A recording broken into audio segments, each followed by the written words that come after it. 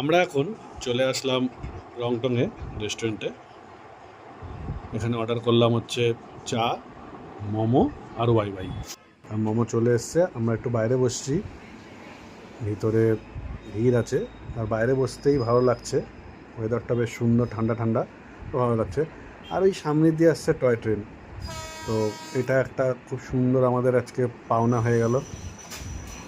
শিবখোলা ঘোরা হলো, প্লাস হচ্ছে এই রংটংয়ে রেস্টুরেন্টে বসে বেশ টয় ট্রেন দেখতে দেখতে আমরা মোমো, ওয়াই ওয়াই আর চা খাচ্ছি। তোমরাও কি এরকম করে কোনোদিনও রেস্টুরেন্টে বসে এরকম মোমো খেতে খেতে এরকম করে টয় ট্রেন দেখেছো?